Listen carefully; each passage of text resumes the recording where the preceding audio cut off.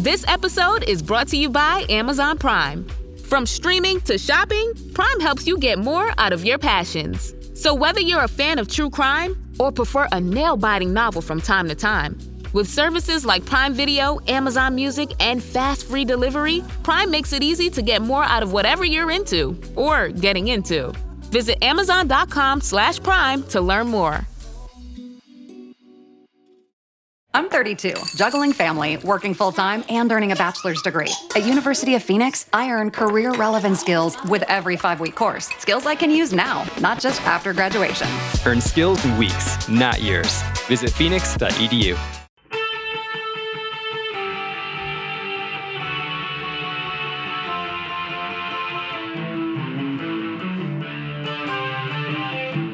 This is the Daily Blast from the New Republic, produced and presented by the DSR Network. I'm your host, Greg Sargent.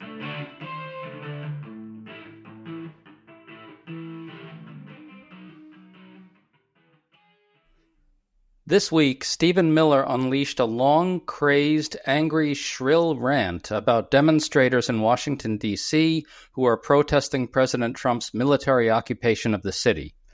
It was classic authoritarian agitprop, attacking leftists and even communists as rabble-rousers who are secretly trying to make the city more dangerous to the city's salt-of-the-earth working-class residents. But we think this bizarre Miller episode is best seen as an expression of weakness. Trump, Miller, and their allies were certain that there's a latent majority out there prepared to rally behind authoritarian rule. But that's not what's happening. Poll after poll has shown that the public is rebelling. Maybe that's why Miller is panicking. The question is, why won't Democrats act like it? We keep hearing them saying things like Trump's militarization of U.S. cities is a distraction, but it's not a distraction. It's the main event. Monica Potts, a staff writer at the New Republic, has a great new piece arguing that Trump's D.C. takeover is very expressly about consolidating power, that calling it a distraction risks diverting us from the importance of what's happening, and that the opposition party needs to act like it. Good to have you on, Monica. Thanks for having me. It's good to be here. So Stephen Miller unleashed this crazed rant about all this on Wednesday. Let's just dive right in and listen to it. But they're the ones who've been advocating for the 1%, the criminals, the killers, the rapists, the drug dealers. And I'm glad they're here today. Because me, Pete, and the Vice President are all going to leave here, and inspired by them, we're going to add thousands more resources to this city to get the criminals and the gang members out of here. We're going to dismantle those networks, and we're going to prove that the city can serve for the law-abiding citizens who live there. We are not going to let the communists destroy a great American city, let alone the nation's capital. And let's just also address another thing. All these demonstrators that you've seen out here in recent days, all of these elderly white hippies, they're not part of the city and never have been. And by the way, most of the citizens who live in Washington, D.C. are black. This is not a city that has had any safety for its black citizens for generations. And President Trump is the one who is fixing that with the support of the Metropolitan Police Department, the support of the National Guard, and our federal law enforcement officers. So we're going to ignore these stupid white hippies that all need to go home and take a nap because they're all over 90 years old, and we're going to get back to the business of protecting the American people and the citizens of Washington, D.C. Monica, a couple of things about this. Note the threat. It's overt. They're going to respond to demonstrators with more law enforcement resources pouring into the city. And also note the absurd claim that only white hippies are upset about what's going on. What are you seeing out there? Well, yeah, I see people online and in cities and taking videos of events where they're chasing away federal troops, or they're yelling at ICE agents across the country, or they're throwing sandwiches at federal troops in D.C. People are upset, and it's just regular people who live in cities, who love these cities, who care about these cities, who don't want to see their cities militarized or become a backdrop for his propaganda, which is what's happening. And I think it's really upsetting to a lot of people, even people who I don't live in cities. I live in a very small town in upstate New York, and I'm upset. I used to live in DC for a very long time, and I love that city. It's a beautiful, wonderful, diverse, electric city, and it shouldn't be treated this way. It's so interesting that you make that point, that the people who are protesting this stuff love their cities. Donald Trump and Stephen Miller see cities as representative of something very different than residents themselves understand it as. Can you talk a little bit about that? Yeah, I think some of this is a holdover from the 80s and 90s, which Trump never left. His brain is still in the 80s and 90s. And the cities were very different in the 80s and 90s. They were under-resourced and they were under-appreciated. And I think that, and it was after white flight, and many of them were devastated by the loss of the tax base there. So cities were different then. But in the past 20 years, even a little bit longer, we've seen increased urbanization in this country. There are people who are reinvesting in cities, who are thinking about what it means to be an urban citizen and trying to be good neighbors to the people who live there. I love cities. I think that so you'll find some of the kindest neighbors and the most helpful communities in cities. A lot of the stereotypes that we have about small towns are true of cities.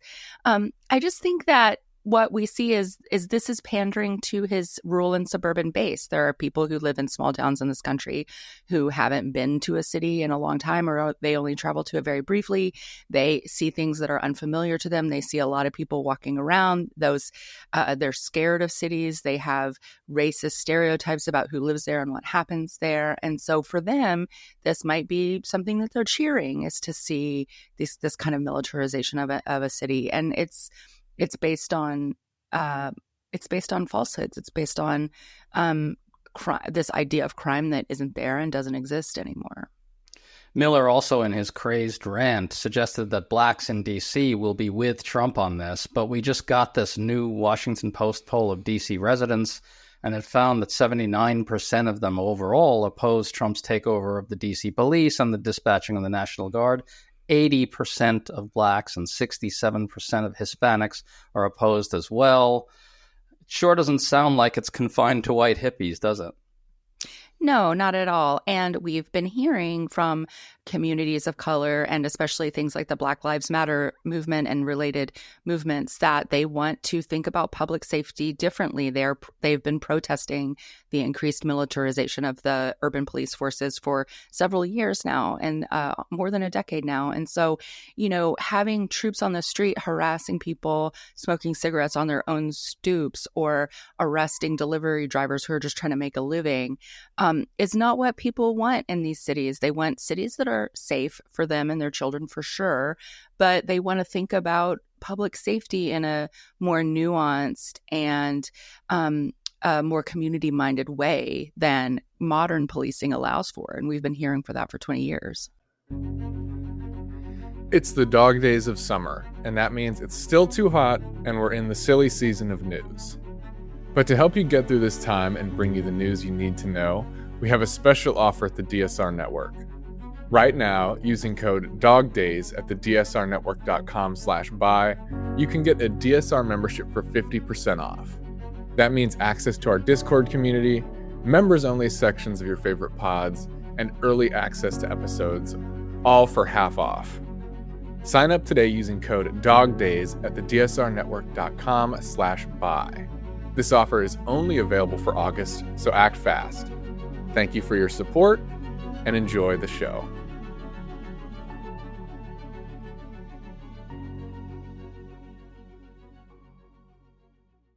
I think there's another game that Miller is playing here as well, which is that when he claims to speak for non-white residents of Washington, D.C., he's actually talking to the rural and suburban, or maybe more accurately, exurban Trump base, right? He's basically saying, Trump is doing this for the non-whites in the city, and that's supposed to appeal to non-urban white people. Exactly right. Yeah, they don't want to be challenged on their own beliefs, and so the idea that Black DC residents might be with them prevents them from having to deal with their own stereotypes.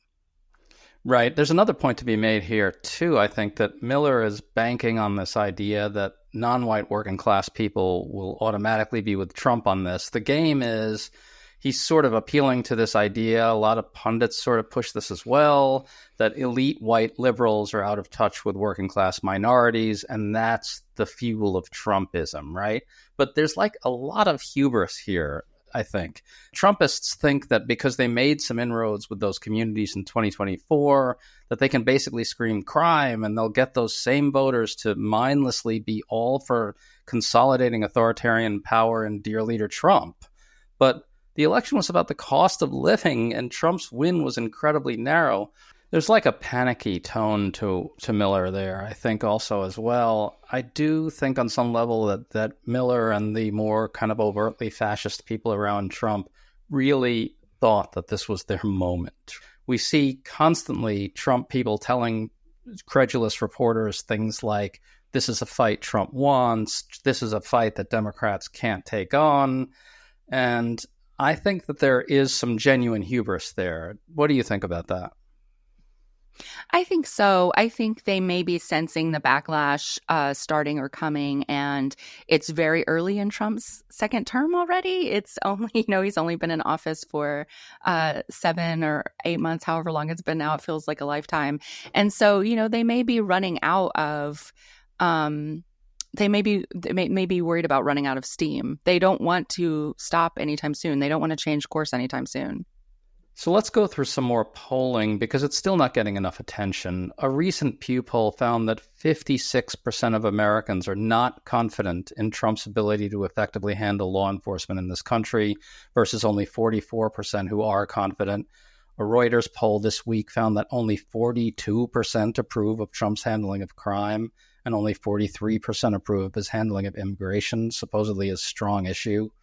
The key here, I think, is that we're getting numbers like these even as people's phones and TV screens are filled with these images we're talking about of Trump's various crackdowns, the National Guard in LA and DC, the federal law enforcement swarming DC and so forth.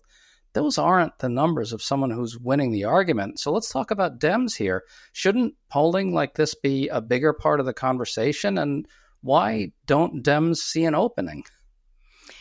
I think that's really, really the big question. And I think that a lot of people misunderstand a lot of issue polling because before the election, if you asked people what one of the biggest problems was, a lot of people said immigration. If you asked them the biggest problems in this country, they said immigration.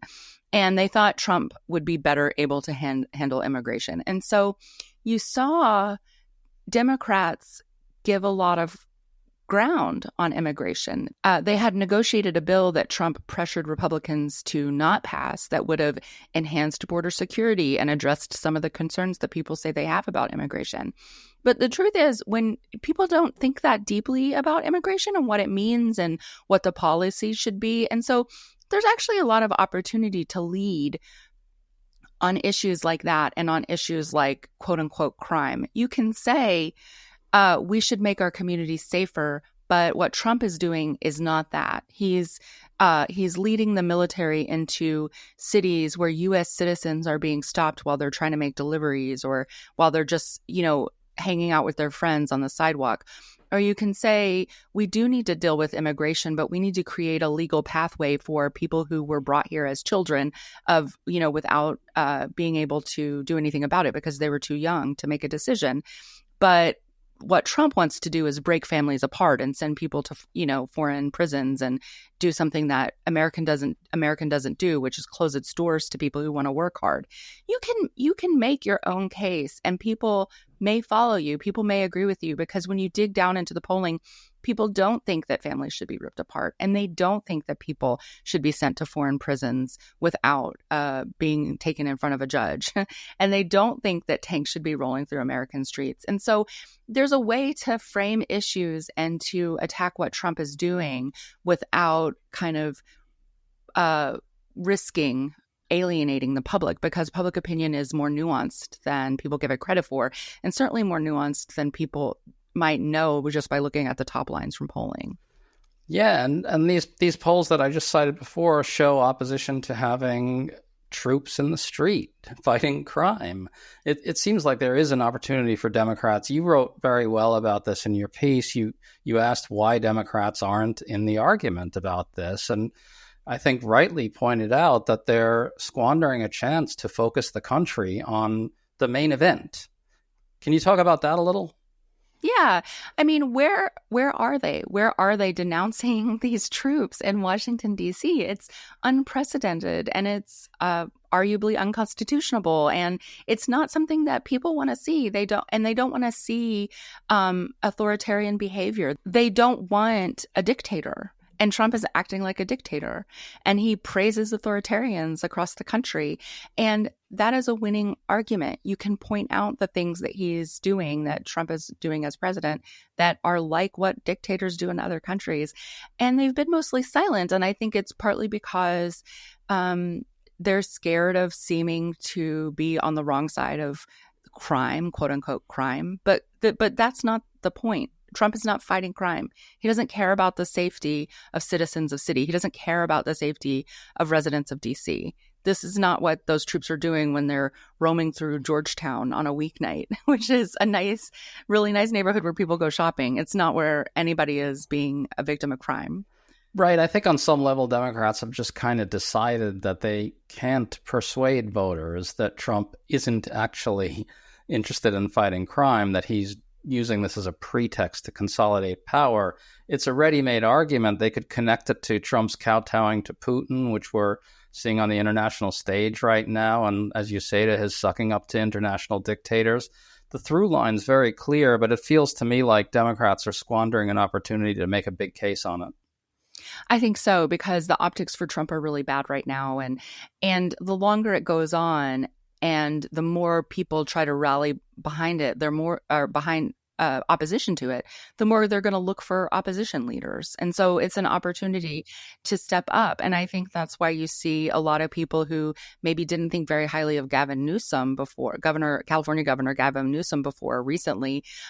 His social media presence and his political presence right now is very combative and anti-Trump. And people are rallying around that. And it's because they just want to see someone standing up for their values and fighting for the things that are happening that are bad. They just want that leadership, and they want to know where to go and how to direct their anger and their disappointment in what's happening.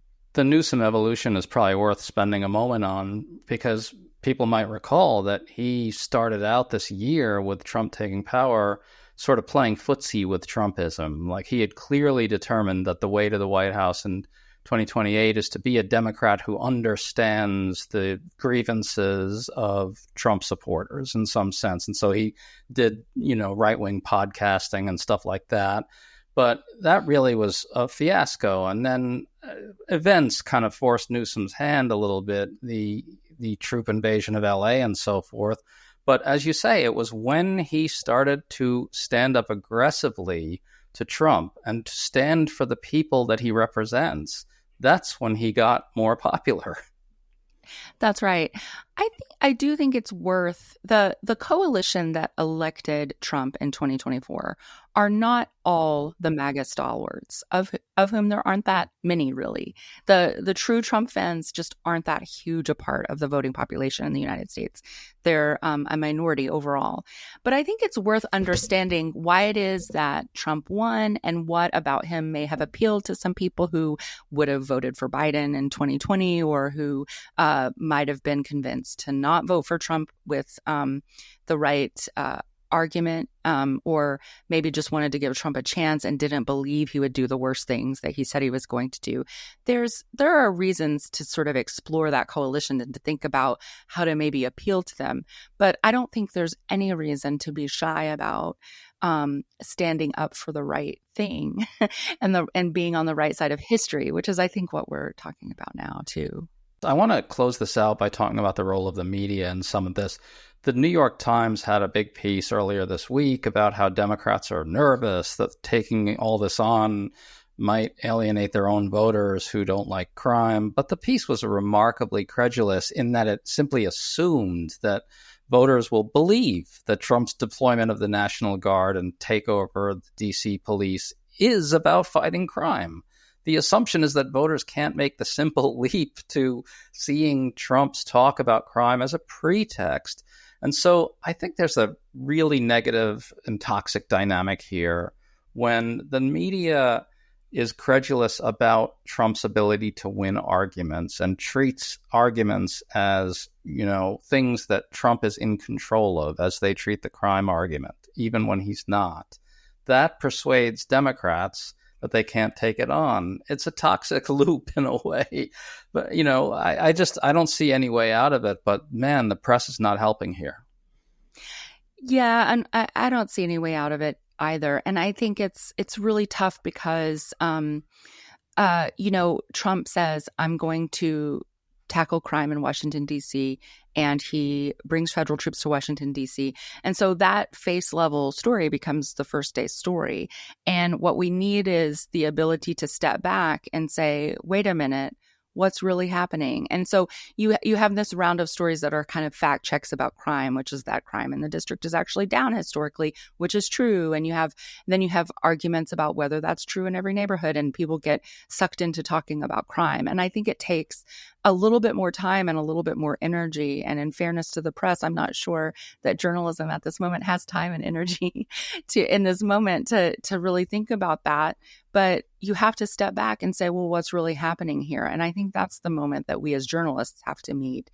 And I'm not sure how to do it, honestly, how to encourage everyone to step back and do it. Yeah, just to finish this up, watching Stephen Miller kind of rant that way with his voice kind of getting more and more panicky and shrill, it makes me think that maybe Democrats should try to tell themselves that, Trump and his advisors actually aren't winning these arguments. When you see Stephen Miller do something like that, it really looks to me like he's losing his shit. That he's frustrated. He doesn't understand why people aren't rallying behind his fascism. I mean, he's using the imagery of crime. Isn't that supposed to scare people into supporting whatever the leader wants? And what do you think Democrats should start doing from here on out? Yeah, so it's not too late. I mean, I think that they should start calling things like they see them, and they should say, you're not coming to our cities, you're not coming to our towns with the military, you're not going to turn this country into a dictatorship. We're not going to let you gerrymander Texas and take over the House unfairly. We want, Democratic representation in this country. And you do see Democrats in the state of Texas fighting. They're fighting their governor's efforts to change the way that the people of Texas are represented in the U.S. House. And I think that is really inspiring to people. And so it actually, I think, doesn't take much to find a way to communicate through social media and through the platform that all politicians have to really kind of stand up and say, this is about Trump trying to consolidate power.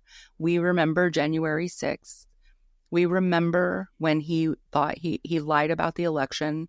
He's lied about the integrity of American democracy for years. We're not going to let him continue to do that. I think there's still time, and I think people would rally behind it. And it would put pressure on Trump, I think. I agree. And the idea that there's still time is really critical. And Democrats, voters like it when elected leaders fight for them. Monica Potts, thank you so much for coming on. That was a great talk. Thank you so much for having me. It's an important moment and an important topic.